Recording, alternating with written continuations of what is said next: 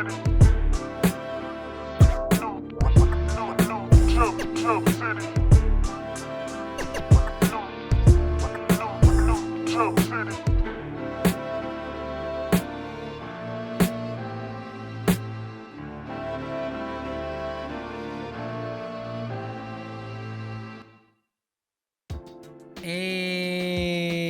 welcome to New Jump City, everybody, where we recap the week in American and Japanese sequential art. I'm your host, Christian, the unbiased king, Aspinall. And joining me through Discord, it is the man, the myth, the legend, my partner in crime. It is the Tank Top Sage. It's Joshua Gangsta Time Cole. Well, it's called partner, but it should be called Gangsta Time. It's on me, all right? It's there, I know. It's always there. But yeah, your boy's straight off of work, right to the podcast, because I'm dedicated. Yeah, dedicated. That's what I was about to say. Yes. What up, everybody listening? What's good, Chris? Hey, buddy. It's just me and Josh today. Brian couldn't make it, most likely, because he has to wake up early for work tomorrow. So, shouts out to the boy. Less likely there was no My Hero Academia. Yeah, Brian goes to a deep slumber whenever there's no My Hero Academia. He only awakens for it. It's been that way since we were children. But yeah, it's just us two. We got a light week, so to speak. It should be a quick and easy one, but you know, we've been wrong before about that. So we only got 4 series to talk about. So let's not waste any time. Let's get right into it. Let's get into plugs. You can find me at the Chris Espinal on Twitter and Instagram. Please follow me. I actually have a new project coming out pretty soon, potentially February 13th, that I'm putting the final touches on. So follow me at the Chris Espinal for more info on that. So check me out on that. It's a new podcast. It'll be a lot of fun. And the deets will be on there probably by Saturday or so. I'll know for sure. Until then, follow me on that. Josh, where can they find you? At Oh, God. excuse me. Jesus Christ. At JD. That was a little loud. At JD Cole _37. That's on Instagram and where I'm most active at, TBH. And at New Jump City Josh on Twitter. I'm not really on there like that, but if you at me or something, I'll respond. Yeah, me too. We established this last week. Yeah, I guess people should know. We should establish it every week, is that we're not very big Twitter heads. So I'm on YouTube a lot. Y'all should pull up to the New Jump City Podcast YouTube page. My name on YouTube is actually New Jump City Josh as well. And you will see me commenting to your responses in those videos. If y'all want to do that. But if you guys are just listening on your streaming platforms, that's fine. That's cool. Also a thing. I'll take whatever I can get. Me too. Brian, you could find at b.esp on Twitter and Instagram. Follow the boy. He needs followers. He also plays video games on Twitch at twitch.tv/It's Punchline. I don't know when. He's an international man of mystery. He just goes on there sometimes. So subscribe to him there or whatever you do on Twitch. I have no idea. You can email the show itself at New Jump City on Twitter and Instagram. Oh, not on Twitter and Instagram. Follow the show on Twitter and Instagram. Wow, brain fart. Monday, am I right? At New Jump City on Twitter and Instagram and TikTok. Email us at newjumpcitypod@gmail.com with any questions, suggestions, anything you guys want us to talk about, or comment, like Josh said before. Comment on our video version of the podcast on YouTube. Josh will most likely respond to you. He's our PR guy, I guess. So sure. Check us out on that. And while you're at it, why don't you give us a good old subscribe there? Hit the subscribe button, like, share if you enjoy the show. Show your appreciation and subscribe and stuff. If you subscribe to the podcast, you also are pretty much up to date on the really good chapter of the week poll that goes out every week. I have it this week. I actually don't know who's won at this point. So it'll be a mystery that I'll have to look up at some point during the show. But the way it works is that on Sundays when the chapters drop officially on the Viz website, we basically put up a poll for your favorite chapter of the week, and we announce it on the show, the winner of the week. So check us out on that. Comment, share, all that stuff. If you prefer audio podcasts, don't fear, because that's where we started. Spotify, iTunes, Apple Podcasts, wherever you listen to podcasts. We're pretty much on there. Subscribe and give us a 5-star review on any platform you may be listening to at the moment. That's it. Oh, plus the audio version usually comes out first, for it is the easiest thing for me to edit. So subscribe to us on that if you prefer. But yeah, that's it. Without further ado, I think we get right into the show. Jujutsu Kaisen. And with that being said, I'm going to pass the baton over to Josh. Okay. Jujutsu Kaisen, chapter number 212. Last week we had informative chapter. A lot of information, a lot of new things going down. I wasn't super emotional. No, not at all. Over Angel. I wasn't. I think I'm not being sarcastic. You were fair and balanced, I would say. That's pretty. Yeah, I was perturbed slightly, but anyway, last week, a few things went down, like I said. We had our main characters regroup to discuss what the plan was, rehash what the rules of the game was, and what the next step is, which was to bring Megumi's sister into the colonies so that she can spend 100 points to substitute herself out and be safe. Because that was one of the main objectives that was established early, right? Mm-hmm. Humanity second, Megumi's sister first. Yes. So, right. However, all of that turns on its head when it is revealed that the sister is the awakened type. A sorcerer from the past infiltrated her body. Awakened in her body, I guess, possessed her, and yeah, that was that. That was the gist of it, guys. Pretty crazy. I didn't see it coming. No. Megumi himself says that too in this chapter at some point, and I just had to say, yeah, I agree with you. How could I have not seen that? I didn't consider that for a fucking moment. Yeah. Anyway, we begin chapter 212, the ripening part 2, with his sister saying, Megumi. Now, I don't know about you guys, but when I seen her in a wheelchair, I thought she was just sickly or something like that. But I had to ask, do you know why she's been in a slumber for so long, Chris? Yeah, she was like cursed at some point and put into a comatose state. And that's why she hasn't been an active participant for most of the series, is that she's been out of commission. And she recently woke up when Kenjaku at the end of the Shibuya arc did his whole thing to start the culling game in the first place. Right. And well, we can argue that what awakened her was something else. was something something else. It wasn't her that woke up. She's still asleep. Yeah, so. But I guess this is a conversation. Oh, right. So we cut to a conversation that happens prior. I think like right when the culling game began, like you said, because she woke back up, right? So yeah. This is so interesting because I didn't have the same perspective when I was reading the chapter initially. But yeah, so he's having a conversation with who he thinks is his sister at the time, and she's acting really familiar with him, right? In such a way that wouldn't throw him off. You know what I'm like? So it makes sense. And they also kind of explain how it works in a few. But so yeah, they have a little conversation. Then we cut back to the rooftop situation right before Megumi's sister reveals herself to, not be her.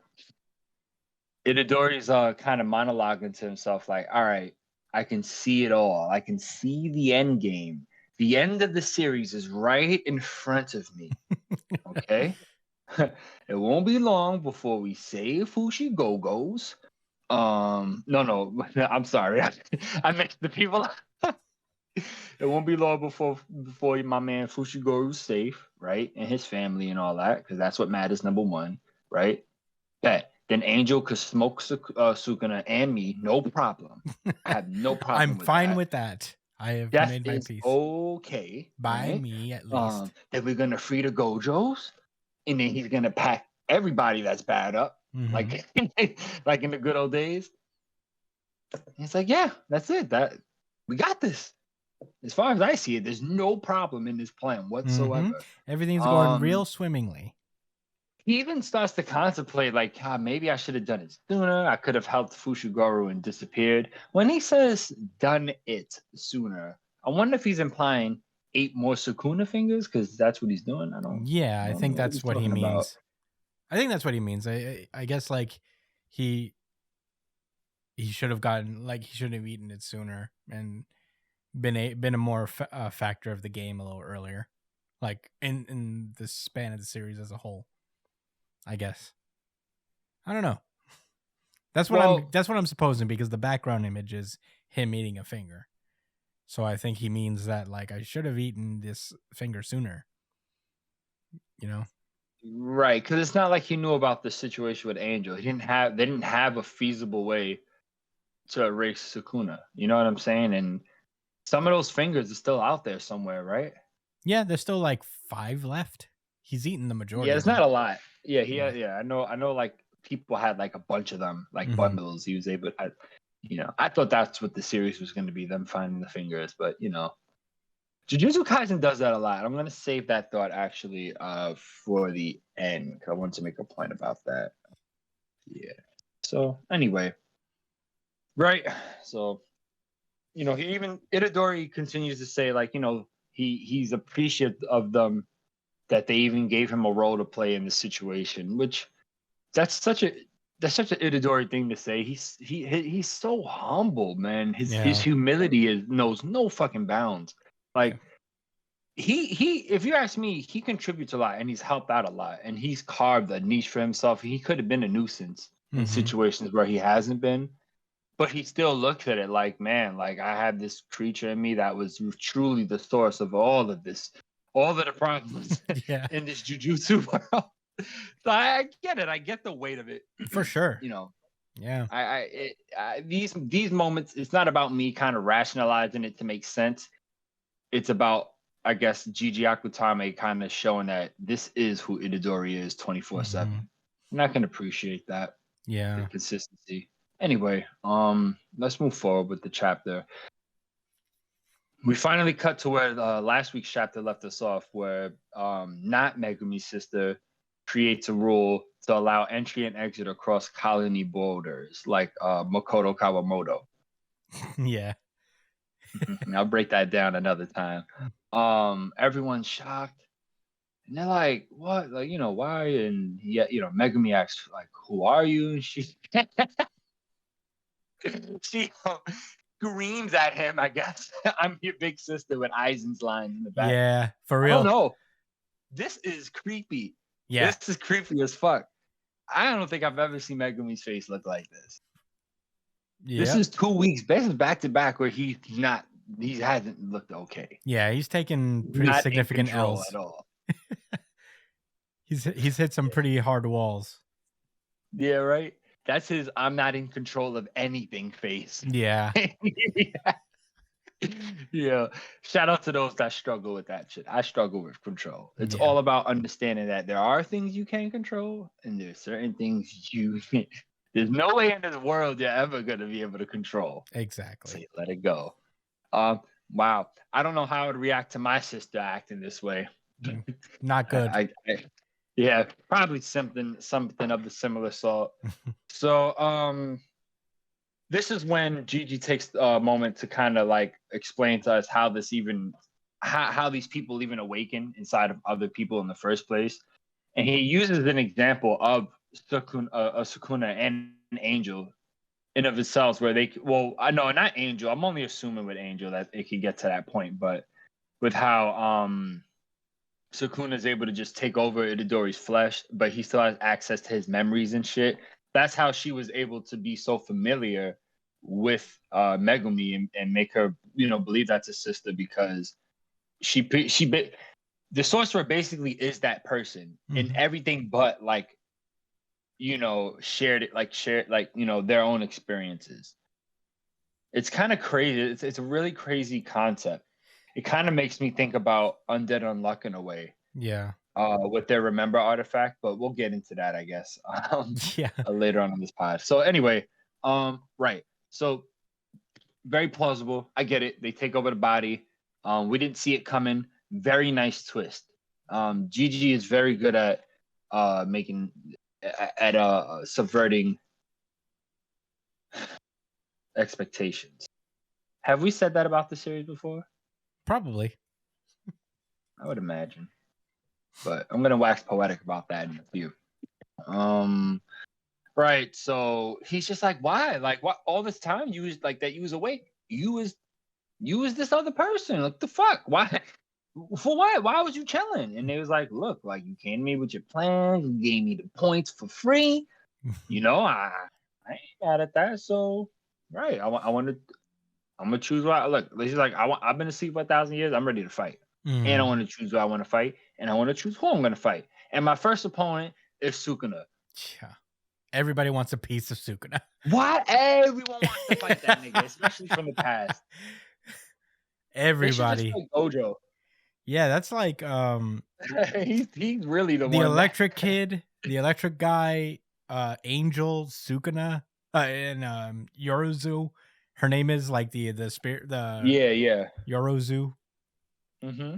They all want to fight Sukuna. I'm sure there was other people too. Yeah. I mean, also the general Jujutsu organization. Yep. A lot of man. Sukuna's a popular guy. Mm-hmm. So right. So she sprouts these cool butterfly wings. Actually, pretty cool. I like. Yeah. And she just says, "I'm out." Peace. And then they're like, right. So then Itadori and Angel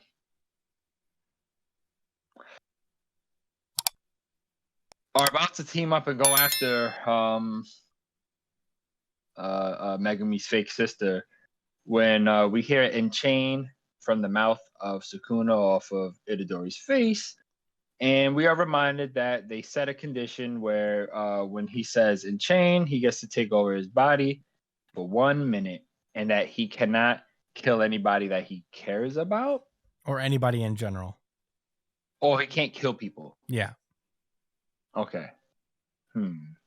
Yeah. Right. And that also he'll forget about the agreement. Yes. Right. So so he activates out of no fucking where. Right? I have a theory. I think it was a little bit of he heard that call out and said, all right. Too many people calling me out. Right. I've heard the whole verse is calling me out, and I'm tired of it.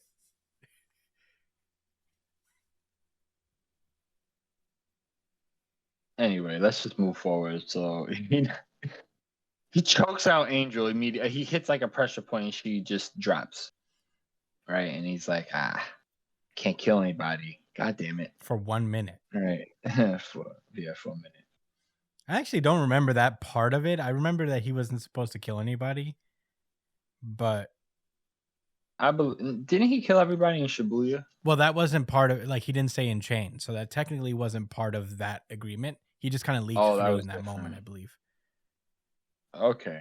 I see. Like this right now, when he came out saying in chain, that was the agreement. So Megumi's looking at this nigga in disbelief. Like, why now? What happened? You really want to fight her that bad? That's my sister, bro. Come on, dude. Like, chill. All right. So, Sukuna just ignores him. Like, who are you, bro? Who are you, little? Well, actually, he has a lot of respect for Megumi. Yeah. My bad. But Sukuna's like, let me try something out. So he swells up a bunch of energy in his pinky, rips it off because I guess that was the grossest and quickest thing he could think of. No, he did that for a reason, for sure. No, I know. I just had to add that this is Jujutsu Kaisen, and it's just like Why did it have to look that way? I don't want to see elite. That shit skeeved me, man. Oh yeah. So he looks at his finger ripped off and he says, "Wow, this fucking idiot." He actually says that boy is such a dumb. He's like, that bad, and I heard anyone didn't include him. And that's so Itadori. Yeah. That is so Itadori. Like he cares so little about his own health. Yeah. The American healthcare system would love him.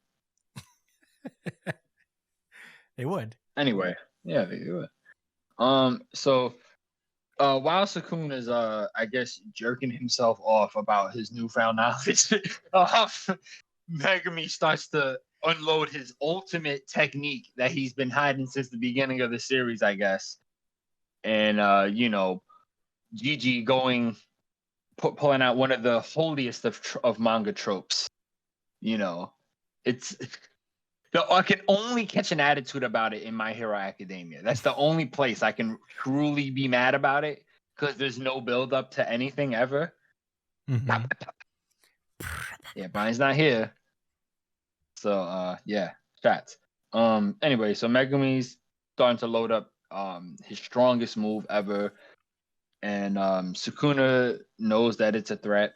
So he stops him immediately at the speed of sound, I'm assuming. At the speed of sound. And then opens up his mouth and shoves the Sukuna finger down. Yep. Pause. I had to pause that. No, you gotta pause it. I understand. I gotta pause that. You gotta pause it. Yeah. And he says, "Remember when I said we'd see something interesting, boy?" Yeah. Boy, I was interested. I was shocked. Well, you didn't explain what happened. You just said you just read the I'm dialogue. sorry. I saw. Yeah. Megumi transforms into Sukuna as Itadori looks at him in horror, like, "Oh no, not my best friend." Yep. Me. It should be me, please. No. Let me be the problem guy, not the people I care about. Yep. Yeah, that's the end of the chapter, guys. I mean, fun stuff. Oh yeah. So, Chris, I know you got some thoughts, but I want to talk about something real quick, right? Mm-hmm. So, about Jujutsu Kaisen and how they subvert expectations, almost to the point that it's fucking annoying. Because this is the thing. This is how Akutame does this, right? He will literally outline the arc. You know what I'm saying? In real time, in the pages, the people will be explaining what the fucking plan is. And then the next chapter, some crazy shit happens. Yeah. And none of what they was talking about goes down. It happens a lot.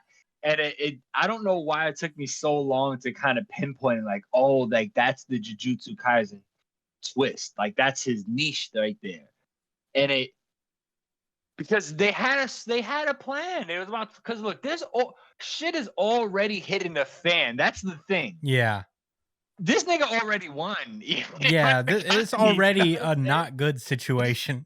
Right. So they're just trying to make his sister safe on top. Like, they're just like, all right. We have a really bad situation to deal with. Let's at least save my sister, and then we'll deal with, oh my God, what the fuck? Like, what, out of the frying pan into the fryer, right? Yeah. Like, that's the saying, yeah. man. Up Shit's Creek without a paddle. Up Shit's Creek without a paddle. It's almost like he hates his characters. I'm gonna challenge you guys. Yeah. Yeah. I just had to gush about that. Who's seen this? Who's seen this coming? Not me. I'll tell you that much. Nobody called this shit. Nobody called it. I want to meet the man who called it. Bro, he was writing this chapter. It was like, ooh, he was writing this chapter, and Sukuna took over his body in the middle of it. Yeah. Right? It was like, I'm in this chapter now, bitch. Yo, he's in the middle of writing the chapter, and then he goes in chain, and then all of a sudden, this is what he does. For 10 seconds, he finishes the chapter how he wants it, and for the remaining 50, he just destroys everything around him. and then becomes as much of a nuisance as possible for him to wake up to. He woke up the next day with the chapter being completely different from what he wrote. Right. It's like, and his mattress on the roof. Oh yeah, for good measure, I guess. Yeah. With those whipped cream in his sneakers. Were those all your thoughts? Yeah. Yeah, I guess. No, I mean, if you have any more. I don't think so.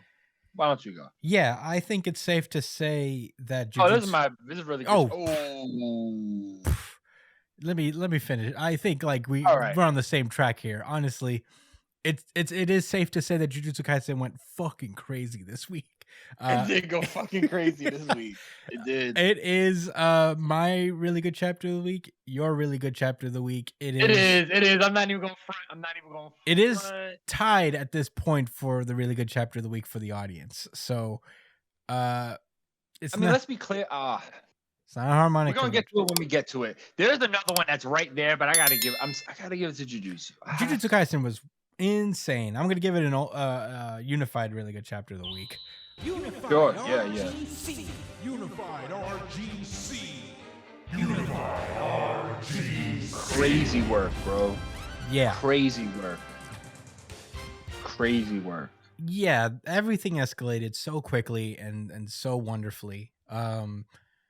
It is so crazy how the ancient sorcerers, no matter what situation you put them in, they're always like a step ahead of people. Like they always got a leg up. They just know this world better. I feel like the sorcerers from before times, all these reincarnated sorcerers, they know how to play the game of curse technique and all this shit on such a level that modern sorcerers can't even fucking fathom. And I think a lot of these sorcerers had such a reliance on Gojo being this fucking demigod that there's no way they could have they could stack up against these people who were scrapping for centuries.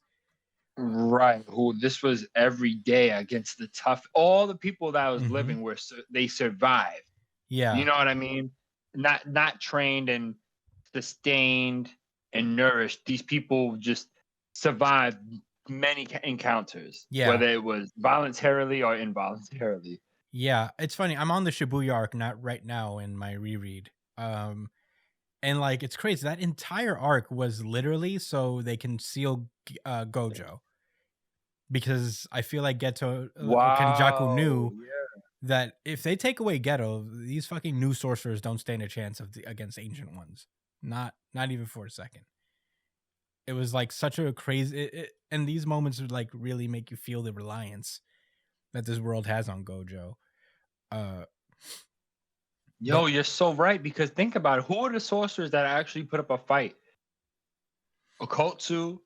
Yeah. Mr. Rishi. Yeah. That's his name now. Mr. Rishi. I do know that his name is Chikara, right? Chikara. Not Chikara. Hakari? Hakari. Wow. It's the Kari. Chikara. Hakari. Well, I guess I didn't know his name. But he is Mr. Rishi. That is, yeah. Yeah. Those two fought. Yeah. Yuki fought and lost. Granted, the Kens, but to Kensingtons, but I don't know. Yeah, you're right. I mean, look at the guy that Hikari fought. He barely won. Yeah. He barely won. He won because he's getting lucky. Yeah. Because he keep playing his luck and he just knows how to play his luck really well. But a lot of people would have been smoked by that guy. Itadori would have got bodied. Oh my god. I think Sukuna might have been shit, you're strong. Yeah, I mean, this is such a masterful chapter. Honestly, I know it's February, but one of my favorite chapters of the year so far. Just the pacing of everything, how immediately they just hit us with a fucking ton of bricks. And I really felt hopeless for everybody reading this. I was like, God damn. Yeah. Everything went to shit so fast. And they were doing well, up to this point. They were we went through so much shit up to this point. How many battles have already been fought in the Culling game to get them just to get one person safe? You know what I mean? It's wild. All this shit. And like all for that for them to be played by another ancient sorcerer who's just chilling this whole time. Yeah. He's like, and that's what was so cool, that it wasn't a situation where like she didn't have to do anything. She awakened and was like, I don't know what's going on, but I'm going to chill. This is not my body. Like they put two and two together because they already have that suspension of disbelief because they're in the cursed world. You know what I'm saying? I love, who said that? Was that Kenjaku that coined that phrase? What? He wants to live in a cursed world or something like that. Oh yeah. Yeah, something. Anyway. Yeah. And the way like they just know, like she just knew, like, yeah, I don't have to start going berserk in this hospital or wherever the fuck she's at. She's like, I'm gonna bide my time. But they spoke to her. They can't. As soon as she awakened, Megumi came and explained to her what they was doing. So I guess she knew, like, all right, I'll bide my time, and they'll either come back and the plan will work and I'll be able to do what I want to do, like what happened now, or the plan won't work and she'll just go to the fucking colony and do whatever she wants. Yeah. Win-win. Yeah, I mean, a lot of stuff is going on. Yorozu, the new sorcerer, is one thing, but Sukuna, like, paying off this thing that's been this little binding vow that's been a thing since the beginning of the series almost. I think there were like 20 chapters in when they made this deal. And yeah, to see it like just paid off in this interesting way, it only begs the question is why now? Like this specific moment. I wonder, like we made the joke is like all these people are calling him out and maybe he's just like kind of excited by that prospect. But the thing is, we don't know a whole lot about Sukuna himself. We just know he's a fucking prick and an asshole, you know? And the source of all cursed energy? I don't know if he's the source. He's just like the greatest who's ever lived. He's like the GOAT of this whole thing. I thought that's why they were trying to get all the fingers together to destroy. If they destroy that, could they? I don't know. If right. I think that you're right. It's just the greatest. It's the largest source, and if they get rid of that, then everything else would be much more tame.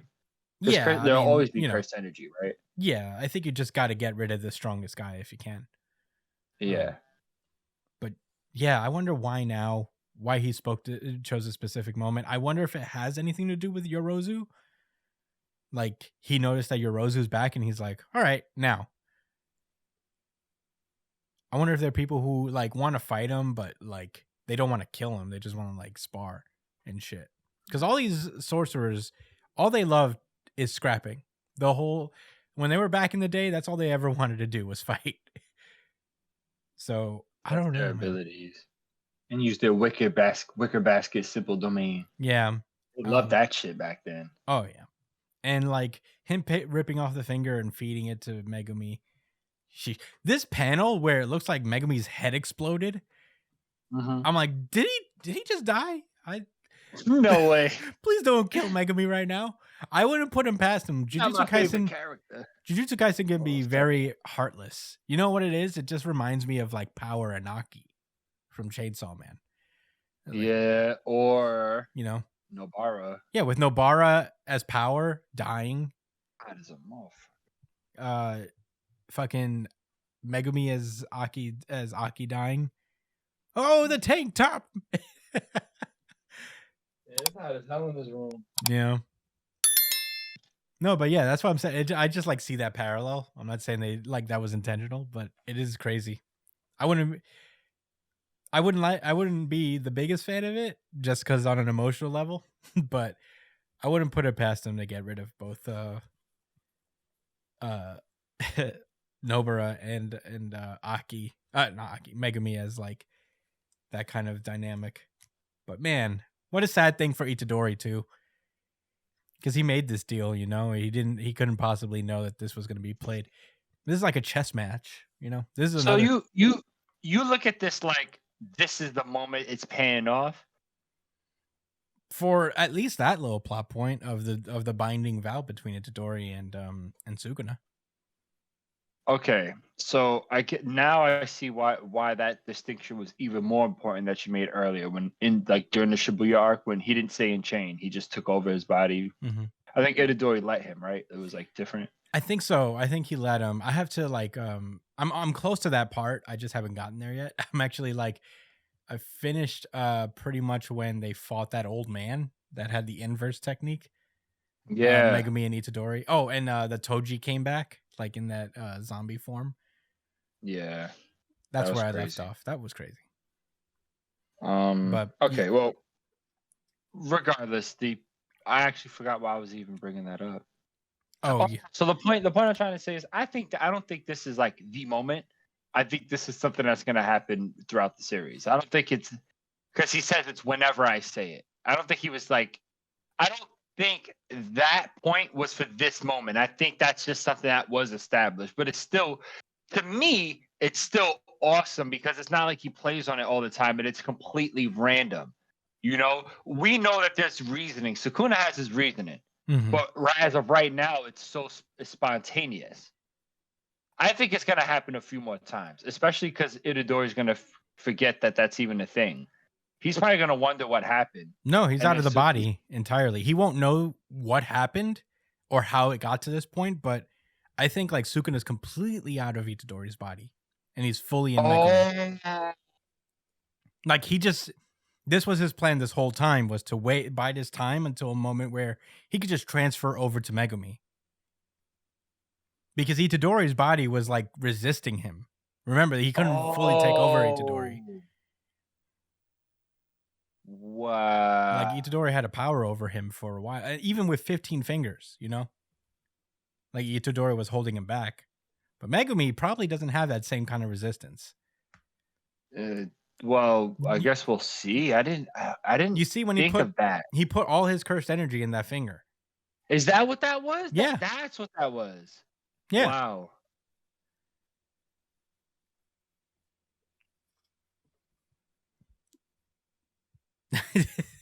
Wow. Yeah, he went like, this is me. I'm in here. Sha! I'm going to feed you. And now you're All Might. Now you have All for One. Or One for All. And he's missing a finger. Oh my God. I forgot. And he doesn't have that. Itadori's finger just doesn't heal. My God. That sucks. Man. They are in a tough spot. Dude, I'm saying these ancient sorcerers are fucking savages, dude. Sukuna included. You can't fall for shit with these guys. They'll fuck you over so hard with no remorse. I love that. I love that there's like, you know, there's this trope, you know, the inner demon within each shonen character. I love that they kept Sukuna. We're not friends ever. Don't come at me with this friendship thing. So even if you do, I'll fake. I'll be like, yeah. We cool. I fucking hate you. Yeah, there's no way. Yeah.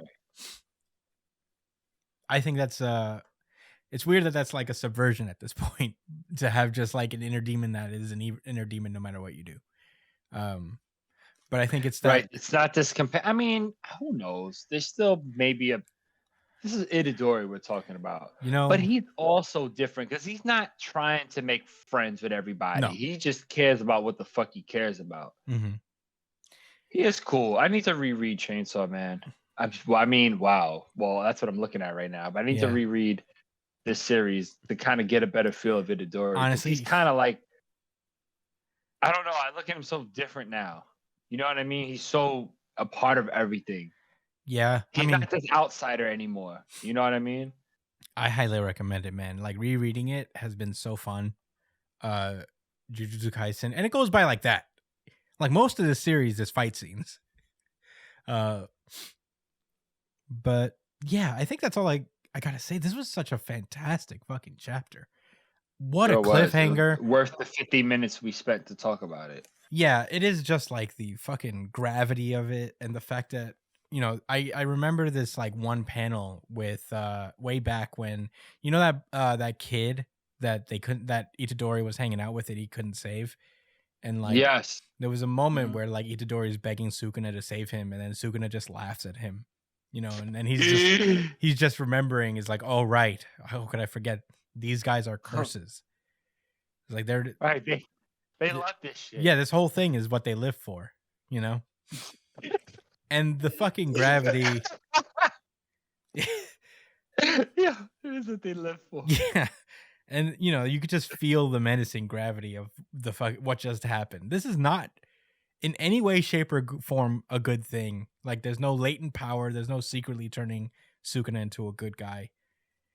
Sukuna is an antagonist, a moving and running around and fighting antagonist right now. And I'm so fucking excited. I have no idea what's about to happen. I can guess. Here's my guess. I think Itadori is going to fight him for a little while. Huh. And obviously it's Sukuna at 15 fingers. The guy decimated an entire city Itadori's not ready for that. No, not at all. But I do think that Angel's going to wake up because she didn't get knocked out. She only got knocked out. I mean, she wasn't killed. So I think there's going to be an Angel versus Sukuna match. And if that's the truth, I'm here for it. Angel's an ancient sorcerer too. So I don't think it's going to happen because he knocked her out. I think that was the whole point. Granted, maybe the other thing will awaken. That's what I'm saying. I don't know. That's what I'm saying is that, like, Itadori, she's knocked out, so Itadori is going to fight him for a while, and then comes in for the save is Angel, and then we get to see her technique, her domain potentially, what her fucking ability is, right? And then maybe Nobara shows up. Is this how it be feeling? I have a distinct feeling that, like, to save Megumi, Nobara is going to have to pull up somehow, some way. That's a long shot. That's my little Hail Mary. I'm fully understanding that that's not a... Hopefully I can catch that. All right. That's my little Hail... Let's see if we get I think the Angel thing, right? I think the Angel thing might happen. The Nobara thing is more of a long shot for me. Sure. Yeah. But yeah, so yeah, the Angel is third and 20. Yeah, and Nobara is the the end zone. Lining up Zeke at center. Yeah. Oh, how about them boys? What's behind you, Josh? Is that a Cowboys poster? That's one of the greatest teams ever in organized sports. Goddamn. Sure is. Goddamn. Hey, I was alive for a couple of those. All right. Mm-hmm. That one I got right there, Dallas Cowboys versus Buffalo Bills, January 30th, 1994. I was alive and breathing, and I'm fairly certain I was looking at the TV with the game on. You were staring in the general direction of the TV with the game on. Hey, I'm happy for you. I was a fully sentient being when I saw the Giants beat the Patriots. Twice.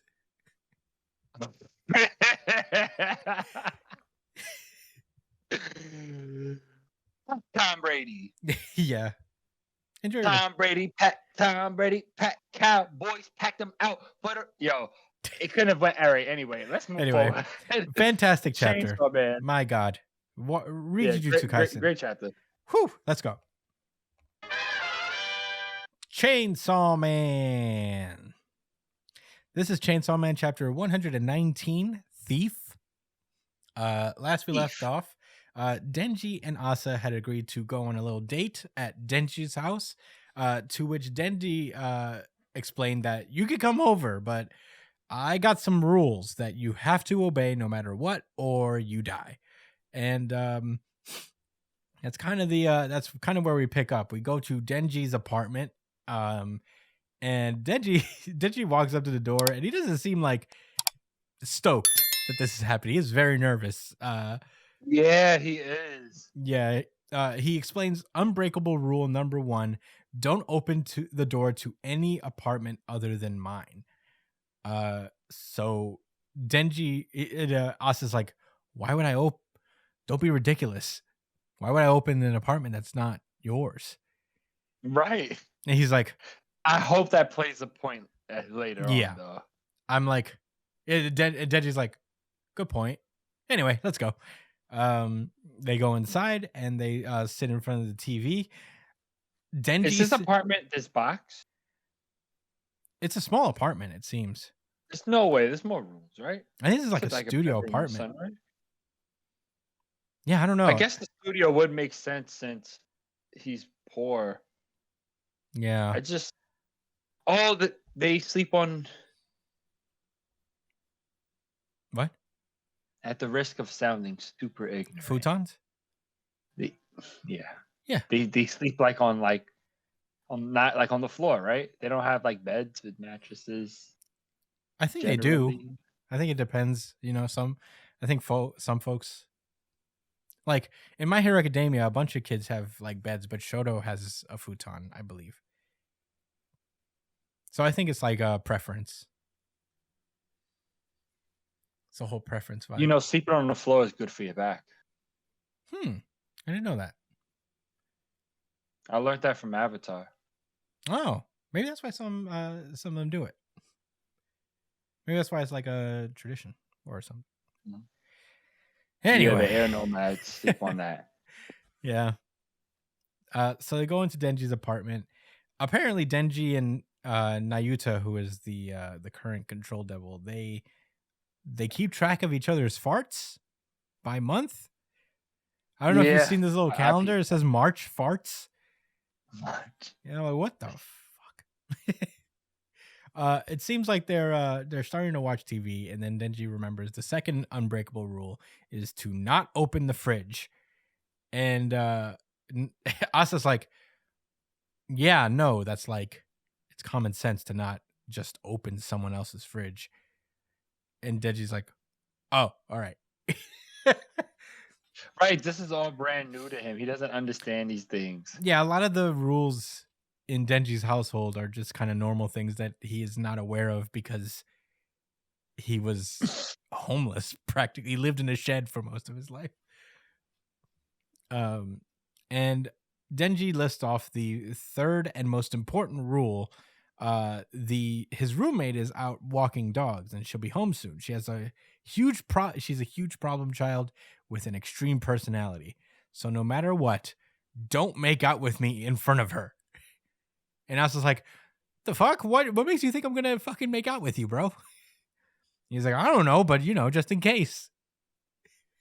Just in case you were thinking of it, and if anything happens, just don't do it. It's so funny. He says, huh? I know. I mean, right? Like, he's so like he doesn't understand. He's like, no, I'm not saying that we are. I'm just saying. If it comes to mind, try not to make out with me is all. The way his mind works is so, it's so hilarious. Like the order of things. Yeah. And Asa's like, why would you even bring that up? Do you think I like you? And he's like, the fuck, you asked me out on a date. Yeah, he's thinking that I figured you must 90% like me. Yeah, it's just like, there's no way I'd like you. On the contrary, I hate you. And he's like, what? You hate me? He's just so confused. And she's like, yeah, I hate you. Besides, you have to obey the rules or die. Well, so do I. You should just stay away from me, Denji, or you'll wind up dead. And she explains that she only wanted a date with him because she wanted a distraction and that she'll leave after the movie.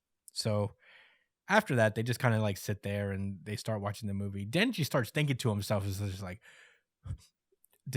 was she only using me right now? Am I just is it normal? Isn't it normal to ask someone on a date because you like them? Did I do something wrong?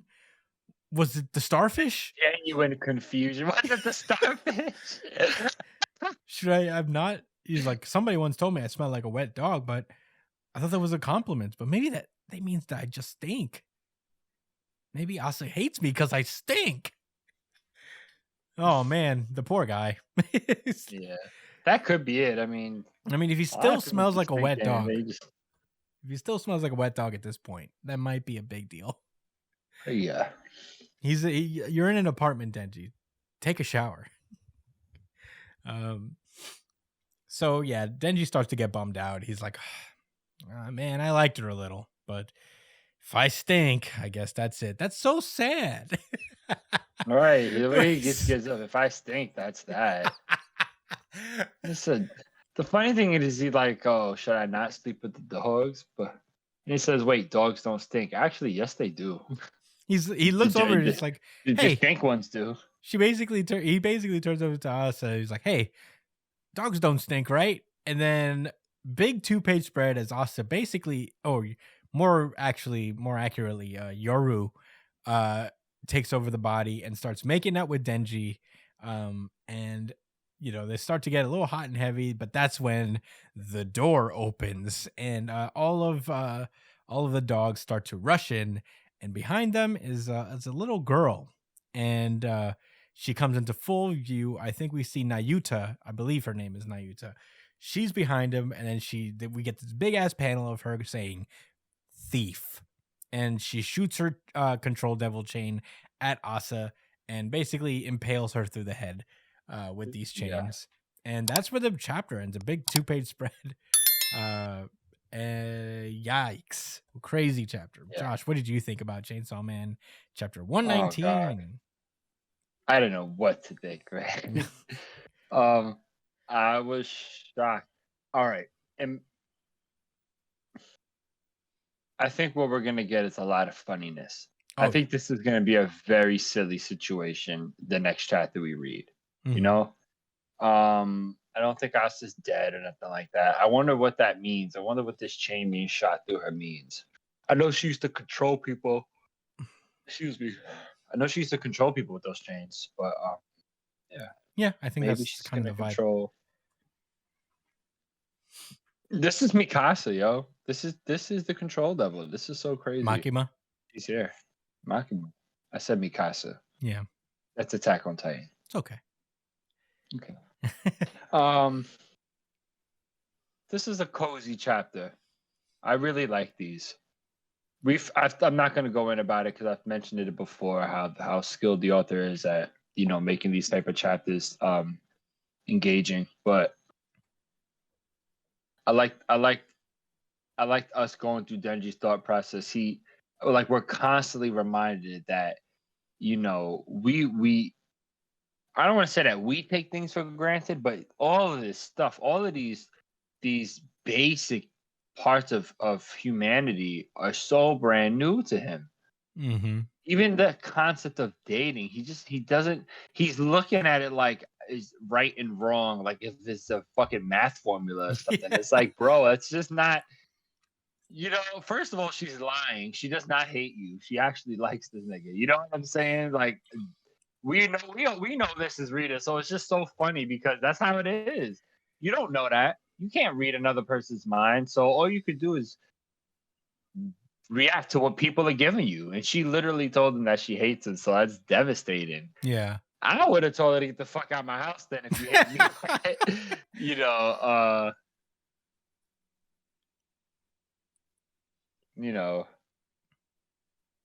I like this chapter. Yeah.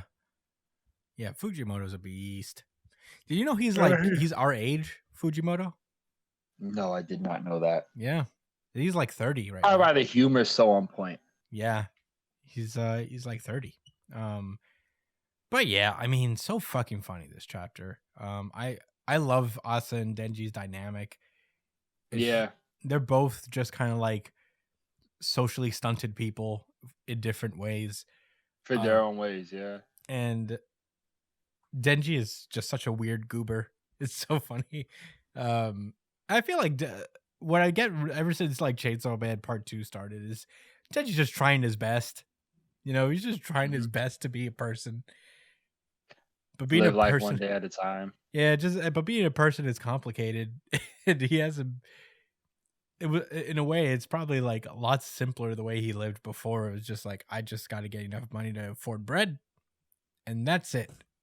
And weirdly enough, his life has gotten complicated just by wanting normal things. And I think that's just like how it is for a lot of folks, to be honest. Sometimes regular life is just fucking complicated, son. And I feel like a lot of people have kind of been in Denji's shoes in maybe less extreme ways of like reading people and reading like significant others and stuff like that, being confused. I just love this series a lot. Yeah. Nayuta coming in. I have no idea what that means for the series. I'm very interested because we haven't seen Nayuta up to this very moment. And yeah, we do see there's still that Makima streak. And, you can't take the control out of the control devil. You know what I mean? Right. So, there's still that aspect. She's got so many dogs, as did Makima. She had like a lot of dogs because she could control them. Right. And it is interesting because like Denji has been trying to make himself his own person, and think for himself. And I wonder what the dynamic is with Denji and the Control Devil this time, because I don't think that he's like back to his old ways, but he does acknowledge that the Control Devil is very dangerous for most folks. Mm. There seems to be like a level of affection there. He wants to send her to college, so there's something. But yeah, it's well, at the end of the previous series, he still cared for Makima. Mm-hmm. It was an interesting relationship because even though he knew that she didn't give a fuck about Denji as a person, Mm-hmm. she really was one of the only people in his life that at least did nice things for him. Mm-hmm. It just kind of shows the type of character he is. It says more about him than her, for sure. Oh yeah. That's what that's all about. Denji just being that decent of a person in the face of all of the hardship he has faced. Mm-hmm. He's lucky. I don't look at it as, he didn't allow things to tarnish him. He just hasn't been. Yeah. And that's a nice thing in of itself too. Yeah. He's a simple guy. He doesn't really want for much. And I think that helps with not being able to tarnish a guy who just wants to have an apartment and to eat bread. Right. But yeah, that's all I got to say about Chainsaw Man. Fantastic chapter. I am very excited to see where this leads, especially how I feel like Yoru did this on purpose to see what would happen. Or maybe he knows that maybe she knows that it's the chainsaw, that the Control Devil is here, and she just like wanted to see what's going on. That would be so crazy. I don't know. Nah, they'd be scared of the Control Devil. I don't know. Look at all the devils she had under her control at the end of the series. That's true. Yeah, I'm very interested to see where this goes with Asa and Yoru and why Yoru did this. I don't know if it was as simple as she was just like testing her luck or like testing whatever it is Denji was afraid of. Or maybe this was just her trying to get them closer so that Asa can make a weapon out of him eventually. Maybe she wasn't even thinking about the consequences to breaking the rules at all. And she was just trying to further the relationship along so Denji would already make a stronger weapon. Who knows? That's a good point. We'll find out in a week, I guess. Yeah. But that's really all I got to say about Chainsaw Man. Any closing thoughts? Nope. Yeah, alrighty. Let's go. Black Clover. This is Black Clover chapter 350. White Spade. Huh? White Spade. White Spade? Why'd you say that? Because it's the opposite of Black Clover. Oh. All right. Right? Spade would be the opposite is the spade an opposite of a clover? Well, in cards, you got hearts, diamonds, clovers, and spades. But what spades and clover is black, hearts and diamonds is red. Oh. But because there's no counterpart, like it's not like it's a north, south, east, west thing, right? Where north is counter to south and east is counter to west, right? Yeah. There's just two side to side, so I say that the ones of the same color are rivals or counterparts. So heart, diamond is the counterpart to heart. Clover is the opposite. White is the opposite of black. I don't know why you allowed me to say this for 2 minutes. But here we are. I'm just trying to learn. I'm just trying to understand. Welcome to the mind, to the wild mind of Josh Cole. Yeah, this is the wisdom of the tank top sage. So you just blessed everyone, bro. Yes, sir. Yes, sir. All right. Well, last we left off, Asta is feeling himself. He's back on his confident streak. He read some self-help books in the wilderness while fighting the strongest guy in the Ryuzen 7, and he is feeling good. He's feeling good as hell. He's got and he felt so good that he released the beast magic user Ural and sister at the same time of their weird paladin possession. And Asta, after freeing the sister, he catches her in midair, and the sister just starts apologizing, for all the things that she said while she was in her paladin mode, and everything that she's done. So she's like talking about the magic. She started talking about how the magic discrimination in the noble realm saddened her, and hope that they become equal someday. That's why she joined the church, but she just found discrimination everywhere as well. And no matter how much she prayed, nothing changed. So she wanted to find people that she could help and help them. And yet, and I guess her thought is interrupted by the Shogun coming in and be like, "Hey kid, you did it. You got stronger and you saved her. Good for you, guy." So the sister goes on to explain that there are 3 days left before the final battle in the Clover Kingdom, and that Lucius has been combining the Zogratis siblings' body, blood, and bone magic within his own soul and gaining phenomenal power.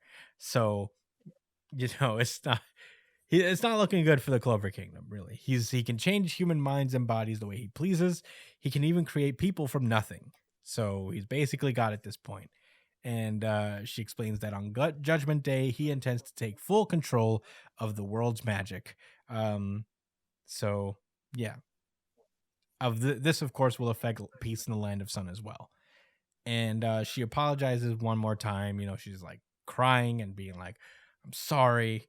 I help you, Lucius. I awakened the 5-headed dragon. I've brought misfortune down on everyone."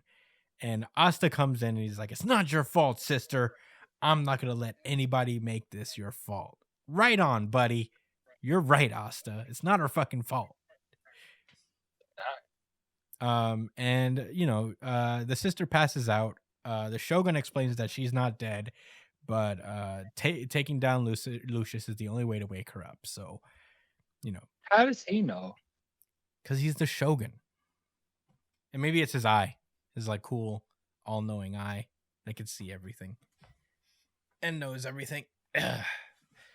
Is this a real life thing? Yeah, that's what he said. Is that what he said? Yeah, he said that. Like he has an all-seeing eye, can kind of see everything. He doesn't have any like magic on the flip side, but he can. He has Jujutsu. He has, Jujutsu. His Jujutsu eye. Yeah, he's sharing game. Yeah, he has a Sharingan. So, Asta leaves the sister to the healer, I guess, of the town, Fujimoto or Fumido, sorry. And she said, he basically is like, "Just wait, sister. I'll bring down Lucius." And to start, and we get a full splash page to close the chapter as he looks up at the 5-headed dragon and he says, "I'll cut down this dragon." And that's where the chapter ends.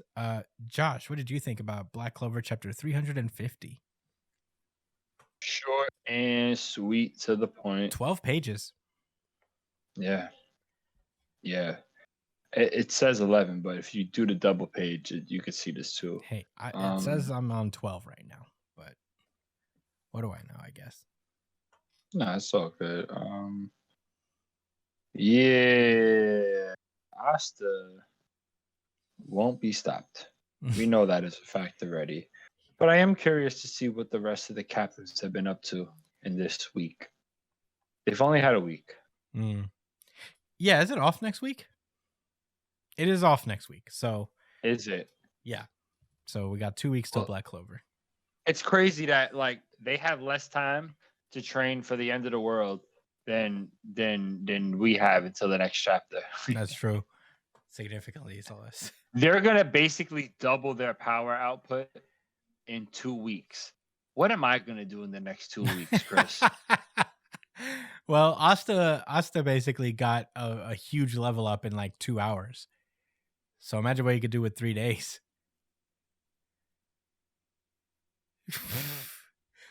Whoa. Solve world hunger. Bring an end to capitalism. Yeah. Well, those are one and the same. Cure cancer. Cure cancer. Those are all one and the same as He'd well. fly to Jupiter. That's not one and the same. And he'd find the One Piece. Yeah. Yeah, he'd one-shot everybody in One Piece in 3 days training. Dude found self-affirmation and an enormous power in like 2 hours. Right. Some people go to therapy for years to get the level of enlightenment that Asta's received in 2 hours. It's because he has a solid foundation of calisthenics. Yeah. If you have a solid foundation of calisthenics, you can achieve anything in life. Dude, all the push-ups he just needed a workout endorphin rush. You know what I mean? Like that feeling you get from working out, and you're just like, this is great. Like, I feel good. I'm keeping it going. Yeah. Goddamn. Oh man, goddamn. God forbid Asta ever gets sad for like a day. If Asta gets sad for a day. Muffin at work. Oh no, your muffin. Shit. Where did you leave it? In the office. Damn. I hope nobody ate it. Yeah, I wish they would. I left it right on top of my bin. Anyway. We'll see. Anyway. See, that's the mode Sukuna was in. His I wish a nigga would meter just went way past the threshold. And he just was like, oh, okay, I've heard enough. You know what? Too many people talking heard shit. Enough. I don't even know who she is, but I'm gonna show her. I don't know who she is, but I'm gonna show her who I am. Yeah, she's gonna get to know me very well as I splatter her guts across the battlefield. Yeah, and I'm gonna punch your head off your shoulder blades at Idori for sport. Yeah, because that's what I find interesting. Anyway, I don't really. This was a very quick chapter, man. Yeah. All I had was jokes. Yeah, me too. Magic discrimination, very interesting. Yeah, Asta was like picked on a lot for not having any magic. My thing is, what's the solution? Are we waiting for Asta to become the Wizard King so that people aren't discriminated against anymore in the Magic Kingdom? Well, the old Naruto method. You can't disrespect the president of ninjas. Yeah, but Asta's an all-powerful wizard, so. Well, not technically. He doesn't have any magic per se. He has anti-magic, which is not magic. Which is better than magic, actually. Yeah. He has a monopoly on violence. No, he doesn't. But he does have a monopoly on anti-magic. That's the title. Asta has a monopoly on violence. Or just a monopoly on violence. That's actually a very serious term because the state. I know it's serious. The country has a monopoly on violence. Well, and so does Asta. Against us as citizens. But and so does Asta. Well, I'll put that down. Whatever. Maybe we'll be able to bring awareness to something serious. Hey, that's what this is all about. Coming up with snappy titles to bring social awareness to things. Yeah, that's good. You guys know it. Don't even worry because the other titles are not even close to this one. And we are dangerously close to the end of this podcast. Oh yeah, we got one more. I'm finished with my thoughts. Do you have any thoughts? Yeah, I actually don't have that many. Honestly, I did. Most of it was sister feeling buckets of regret for things that she wasn't really in control of. Yeah. It wasn't her fault. She was possessed. It wasn't. She was possessed. And, she was freed. no harm done. It wasn't her fault. For all intents and purposes, it was somebody else operating within her. Right. Essentially. I mean, she was under the influence. Yeah, but they did this to kind of like give Asta a good fire under his ass to kick butt and take down dragons. Let me ask you something. If I popped up perk 30 and went outside and threw a brick through somebody's car window, are you gonna say, "Hey, that's Josh"? Or are you gonna be like, "Nah, Josh was off the perk 30"? No, I'm gonna take my sword and I'm gonna cut the perk 30 out of you and just be like, "It's not your fault." Yeah, thanks. That's if your friends don't say that, and then not your friends. And then I had to fight whoever gave you the perk 30. That's how it works. That is how it would go down. That's a manga story right there. Yeah, my friend had a perk 30. It started tweaking. The inner demon is just a perk 30. Yeah, in my stomach. That's your Sukuna. Logged in. Your Sukuna is a perk 30. Yeah, basically. I turned into a gremlin. Hey, don't do perks, guys. Don't do drugs, kids. I don't do that. No, I swear to God, I don't. I can safely say, never in my life have I taken a perk 30.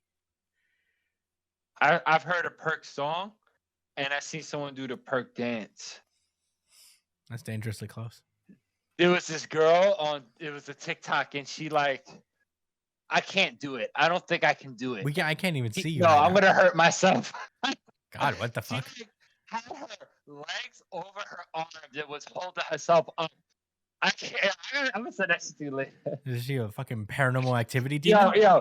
If y'all want to see the funny video, leave a comment or something. I'll send that link to you personally. I'll send it to you on the gram. Yeah. Well, that's follow us on New Jump City. Be careful, kids. That's a gateway dance. Could lead to other more dangerous dances. Right. You're gonna be doing your perky dance, then you're gonna be woo walking. All of a sudden, you're on your crack dance. Now nobody could save you. Yeah, it's over. Then you do. Your methy meth. No, all right. Your meth. All right.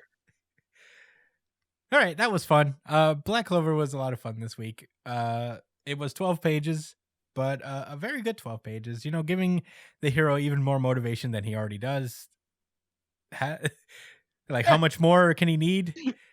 1 million. This guy literally took over his home. I think there's 1 million motivation.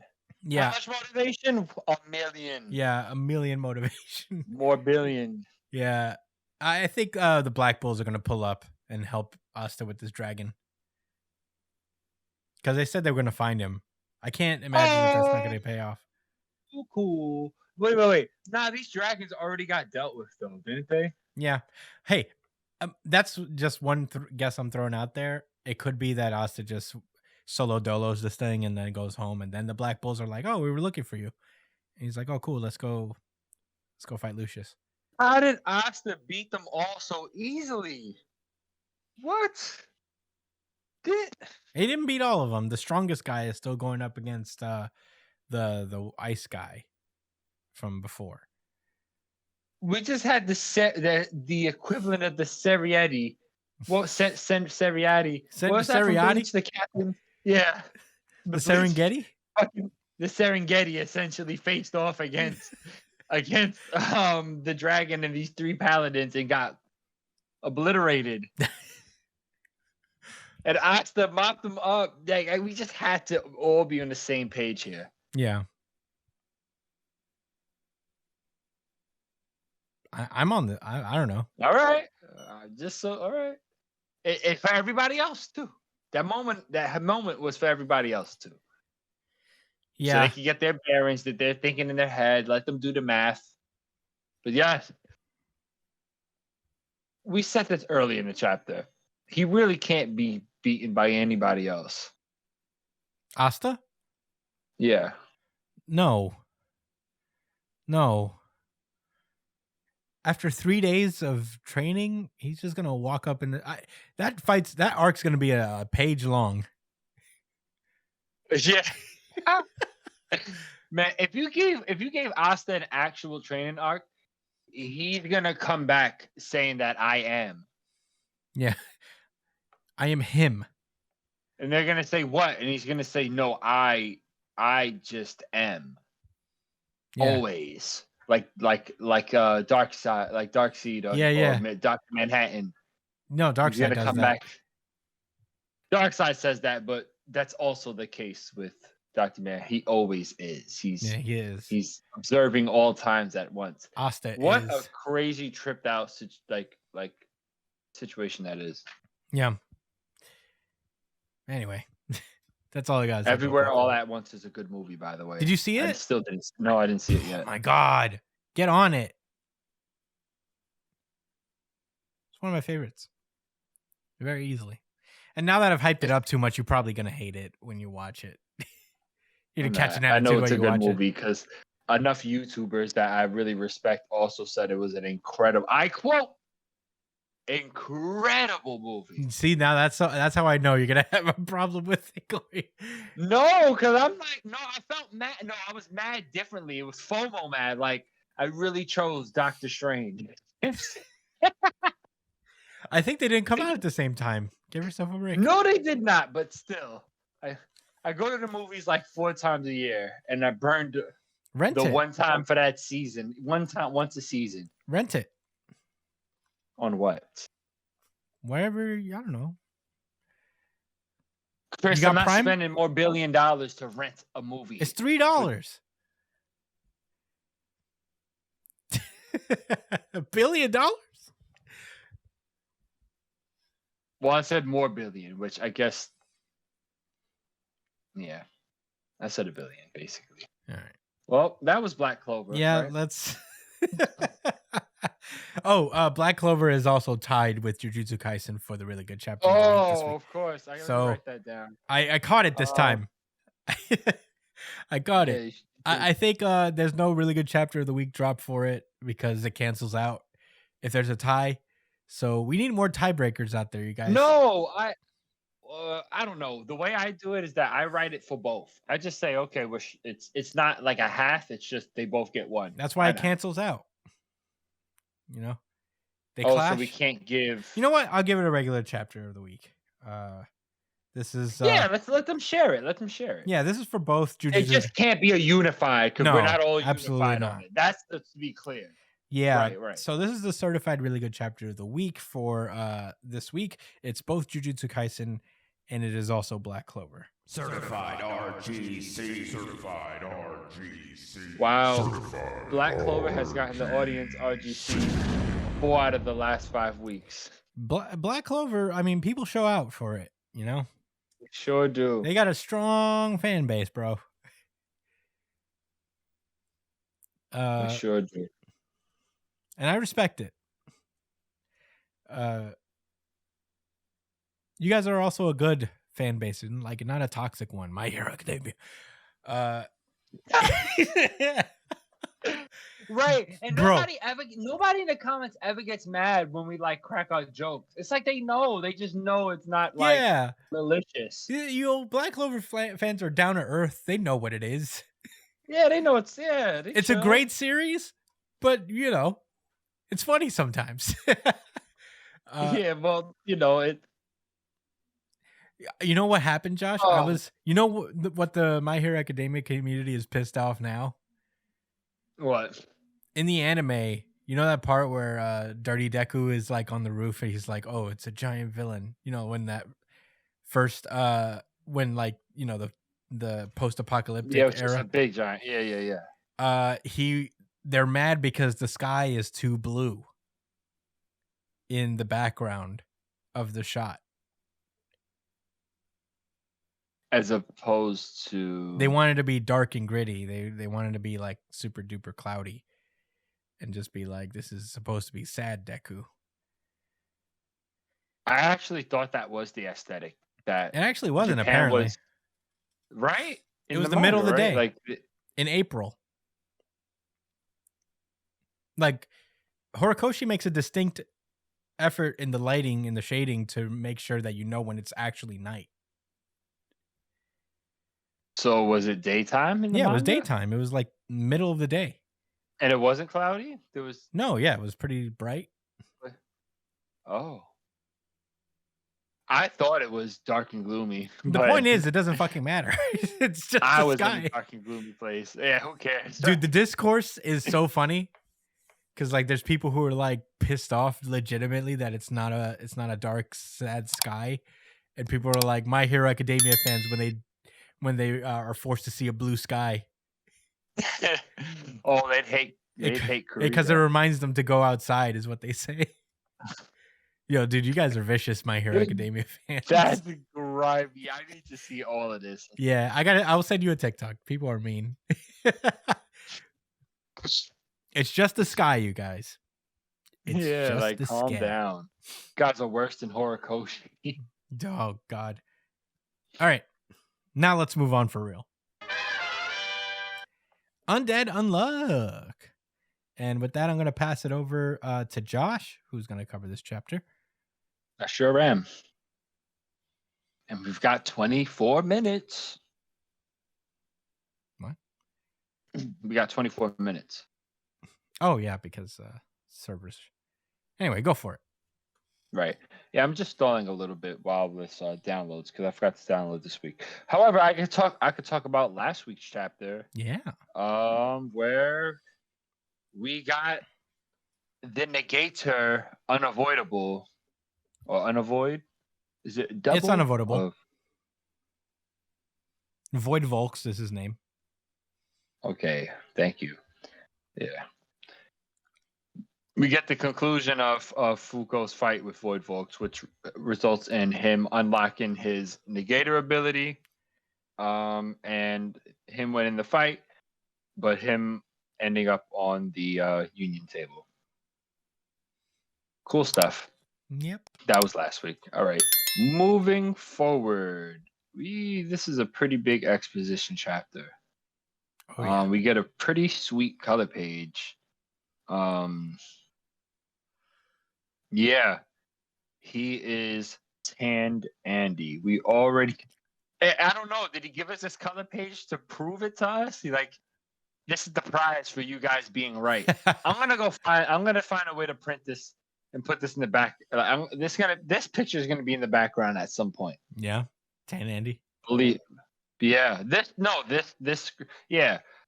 I'm gonna have to send him a message and be like, "Hey, I appreciate that you listen to the podcast every week and that you value our opinion because I value your work." Yeah.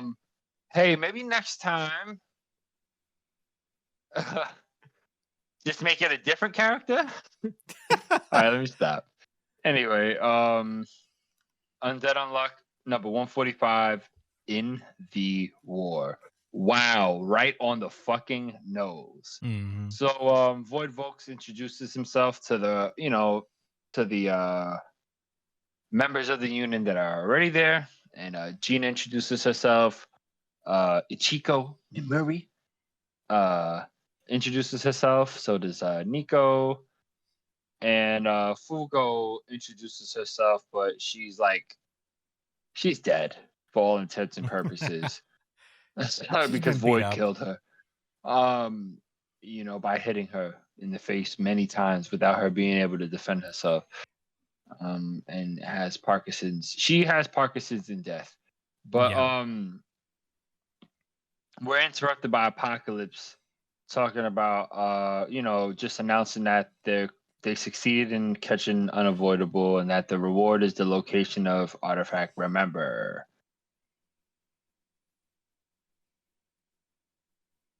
Void asks a very reasonable question saying, "Remember, what's that?" It's funny. I wish Nico would have been like, "I forgot." I would have been That's a good why joke. we're trying to get it. I forgot. I'm surprised that joke wasn't here at all, but that's what we're here for at New Jump City. Yeah. To fill in pick the at blanks. all the low-hanging fruit. Yeah. Hey, sometimes low-hanging fruit is the best fruit there is. Right. Moving forward. Oh my God. So Nico remembers that Fuka was like, "Look, if I get knocked out, just use smelling salts or something to kind of wake me up. But actually, what she says is use smelling salts or whatever you need. And he took the liberty to use the taser. What an asshole. So she wakes up to seeing him across the table because she didn't even know if she won the match, like the actual fight, like if it went down the right way. So that was good to know. Yeah. And to see that, remember, has been revealed. Wicked stick. I digs it. Apocalypse's hating ass is like, man, just you wait. 3 months from now, I'll wipe out the whole lot of you with the next set of quests. I don't know what he's so angry about. Is he on God's team or something? I Yeah, forgot. he's on God's team. Is he an artifact himself? Yeah. Interesting. No, he's not. Because the artifacts are made by Luna, the moon god. True.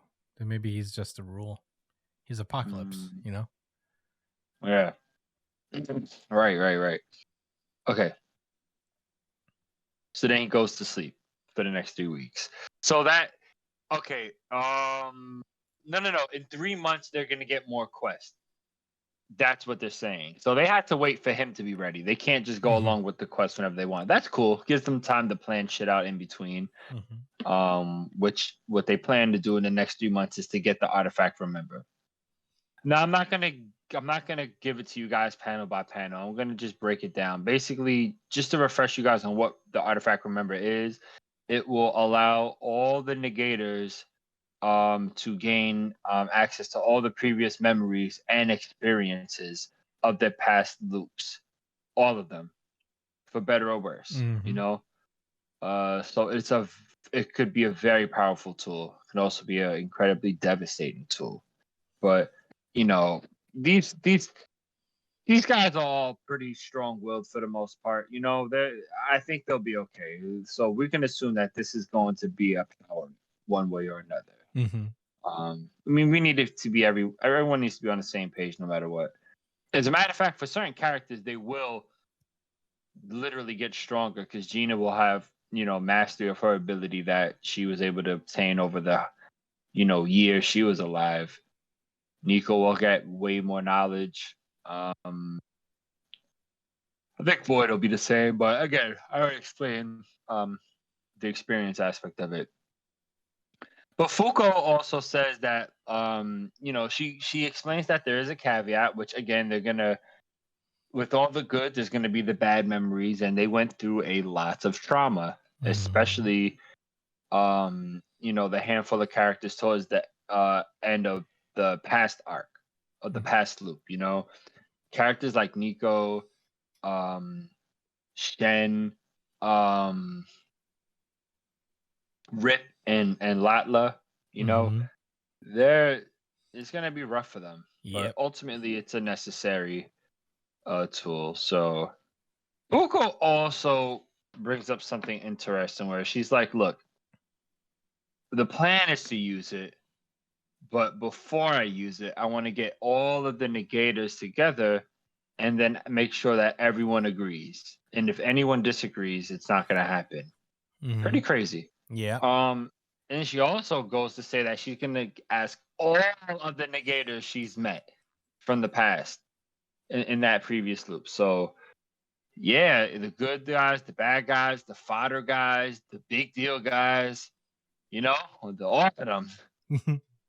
The table's going to expand with more seats and shit. I don't know. Excuse me. Kind of reminds me of the Quiet Council from that time, a little bit. A little bit. There's a lot less people in the outer tables. Like the outer tables of it. Maybe not that center. Yeah. Right. So Nico's like, what the fuck? This could be like over like about 25 negators. And she's like, yeah, we got this. And then Gina's like, yeah, don't worry. You got me by your side. You got all these negators. We're going to make it happen. I believe Foucault. I think they're going to make it happen. And I think they need to make that happen. Oh, yeah. They need all the negators. Because that was the problem with the last loop. They had the negators fighting against each other for most of the fucking time. And then finally at the end they try to clean up the act, but it was too late. You know? Too fucking late. So anyway, they start talking about the actual location of Remember, which happens to be in a war zone. And I actually did not do my research, but I'm going to go ahead and assume that they're speaking about Vietnam. Yeah, I don't know. I don't think they mentioned specifically. Because they say it's a these war are zone. American. Because all right, well, we'll hash it out. They're in a war zone. It's not specified, but you know, everyone's like, how the fuck are we gonna find like this artifact in the middle of all of that? You know, a few of them are confident. Gina again, it's like, man, don't even sweat it. I'm gonna block all those bullets with my fucking force field. And these niggas like for 10 hours. Come on, bro. So Fugo's like, look. There's more to this than just the artifact. We have a chance to run into 3 negators, but not any negators. Nigga, Billy, Tella, and Creed. Basically, the core of not Union. What was their? What was their? Under. Yeah, like kind of the core of Under. So these are some big wigs. So yeah, the negators. Oh, it says it right there. Right, the organization that opposed Union. And of course, during this war, all of their abilities are awakened, which means they all go through such a crazy tragedy. Did we ever get Tella's negation? We did not get Tella's negation. Wow. Open-ended. As far as we know. I Undercrease is just Guile, right? What? That's Guile, right? From Street Fighter. Oh, I guess. Yeah. Yeah. He looks kind of like Guile. Kinda. His hair's that's him. His hair's not as dramatic as Guile. Ah, come on, man. Look at that shit. But it's close. All right. Hey, maybe he's got as... maybe he took inspiration for Guile for Creed's current design. He sure did in this big picture on page 20. Yeah. Yeah, there's a little Guile in there. Yeah. 2 out of 3 Americans smoke cigarettes, apparently. It's true. No, I actually don't know. I don't know this. Hey, this 2 American. No, I mean, because in this picture, out of the 3 Americans there, 2 of them are smoking a cigarette. Who is? Oh, Billy. Yeah. Yeah. Cigarettes pretty are gross, cute. if I may say. But yeah, so she's basically gearing them. Fugo's letting her crew know, like, yo, we about to get in. Not only are we going to be in a war zone, but it's going to be a negator war. Because all their abilities are going to activate. And, you know, Nico is obviously concerned, like, wait, like, you know, these guys were our enemies. Like, why, you know, you sure we could trust them? And she's like, yeah, like, we looped before because of them. So, it's cool. And then Nico says that she's too trusting, which is true. She's super fucking trusting. But Void makes the point that is like, look. Well, he actually says something interesting that made me think about it. I'm going to just say it word for word. He says they helped you after you duked it out with them, right? Adults don't tend to change their ways that easily. That is true. Adults don't change their ways that easily. But I thought he was implying that was like them helping was superficial and that who they really are is, you know, the opposite of that. But no, what he was trying to say is that these are good people at heart. You know, they may have gone through whatever they had to go through, but these are decent people to have taken your side. Yeah. You know, they're at their core, they're good people to have seemingly just flipped like that. Yeah. Which was the truth. You know, they had their reasons. Billy went about it the way he could because he wanted to take the burden. Mm-hmm. And defeat God on his own. So anyway,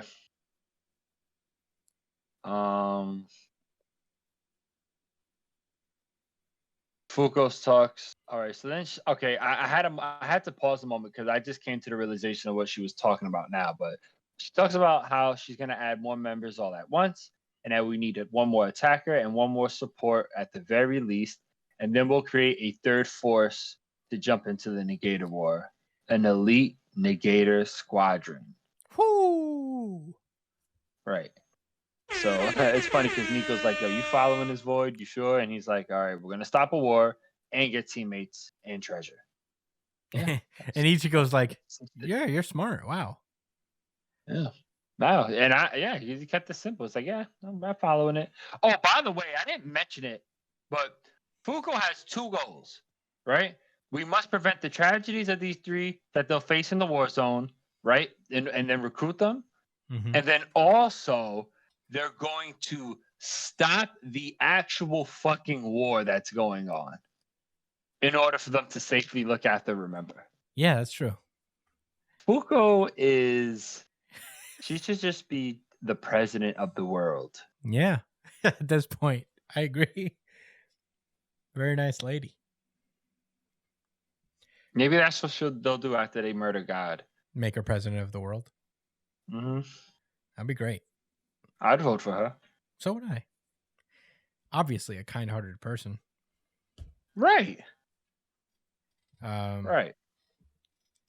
So, I guess I'll get into my thoughts real fast. Yeah, you might as well. Yeah, go ahead. This is 24 pages. Right. This was a lengthy chapter. Yeah, he's been delivering. All these chapters have been like 20 plus pages. Tozuka's been going at it. And with color pages. You know, good on him. Hardworking dude. I'm excited for this. I mean, honestly, I never thought that they would like the prospect of a Negator war. It's an interesting like arc. It's almost like an arc in a Marvel comic to do like the Negator war. You know, it's like an event comic. Yeah, that sounds like yeah. It's pretty cool. Or My Hero Academia. Yeah. And I don't mean that in a nice way. I know you don't. I'm very excited to see how this goes. They're gonna have to fight Billy again, I guess, and I imagine we're gonna find a way to, or we're gonna find out what Tella's negation was, because I don't think we actually got that. My bet is that he's unspeakable. Something like that. That's my guess based on word games, because he never really spoke. He spoke through these radio signals, and I'm wondering if like that's like a thing in his. But unspeakable is my guess. Right, because in his picture he's like No. Yeah, he has like the radio on a walkie-talkie. Yeah, and like in the previous loop, he only communicated through these like satellites that followed him around everywhere. So that's my guess as to what he is. It's really cool to see Creed and Billy and Tella again. I don't remember if they really touched on this part of them in the previous loop, but I wonder what the tragedy is that like united all 3 of them and made them negators at this point. Well, you know, you won't have to look very far. It is war, but right, lots of potential for trauma. So I think it's something that happened all at once. I think it was all simultaneous from the same event. Yeah, exactly. I think that's Fuko says as much as that. All 3 of them. Is that what she? Yeah, all 3 of them get their abilities in this war. So she says, yeah, awakens their abilities in this war, but I'm assuming that it's like one catalyst. Oh, yeah. As opposed to 3 of them happening, you know, like individually. It's highly possible that all 3 of them got triggered at the exact same time. Yeah, I'm wondering, you know, because they're hiding. You know what's interesting? They're hiding behind these rocks. But Creed is in the tank. Are they like against each other? I don't know. Maybe I'm like reading into it a little much. Oh shit! Nah, they got the same uniform on. True. Never mind then. But that is interesting. We'll hold on to that because they seem to be hiding from the tanks. But I could be wrong about that. Maybe I'm like misinterpreting the way it's like laid out. Yeah. But anyway, that's all I got to say about Undead Unluck. I really like this chapter, and I'm very excited for the direction this is going in. Feels like we're in it for the long haul, man. I'm really excited. Me too. 25 characters. I don't see any. 25 characters they have to unite. Yeah, even if they get some of them in bunches like Sukuna's fingers, it's still, Yeah. Anyway, what are your thoughts, Josh? I'll be honest, I don't have too many thoughts that I didn't already kind of share as I was covering this. Mhm. I'm just excited for the direction of the series. Me too. For the continued direction. Yeah. All right. Well, short and sweet. Why not? If that's all there is, then that was Undead Unluck, and that has been our show. Wowee wow. Thank you guys so much for listening as per usual. You could find me at the Chris Espinal on Twitter and Instagram. Josh at JDCole_37 on Instagram, at New Jump City Josh on Twitter. Brian at b.esp on both Instagram and Twitter. He streams video games at twitch.tv/its punchline. Hit him up on that. Follow the show itself at New Jump City on Twitter, Instagram, and TikTok. We're on all those things. I'll try to upload stuff on TikTok from here on out. We got some fun clips that I can probably cut out. So follow us on these things. You can email us at newjumpcitypod@gmail.com with any questions, suggestions, anything you guys want us to talk about. We would gladly talk about. Or if you prefer, the fastest way to reach out to us, I think, is probably the comment section on our YouTube page, wherever you're watching, whether it's the full version of the podcast or the little highlight breakouts we make for every series that we cover. Comment on that, and we'll probably respond to you guys. We got nothing better to do. You can also subscribe while you're at it. Please subscribe to the show. It would be very helpful if you did. Like, share, comment, do everything that the algorithm demands of you if you enjoy the show. If you subscribe, you also get updates to our really good chapter of the week poll that goes up pretty much after the the chapters drop on Viz. So check us out on that. We announce the winner every week, as we did this time. It was a tie game this week, but usually there's a winner. After that, there is... Oh, if you prefer audio versions of the podcast, they're all on Spotify, YouTube, iTunes, Pandora, wherever you listen to podcasts. Every single episode of the show is available on those platforms, and they usually come up first on those platforms, as they are the fastest for me to edit. So check us out on that if you prefer. If you want to get early access to the show, the audio version is where it's at. And next week we should have most of our gang back. Brian should be back next week, and very excited for that. Thank you guys for listening, and see you next week. Stay safe. Ciao, guys. Thanks for listening.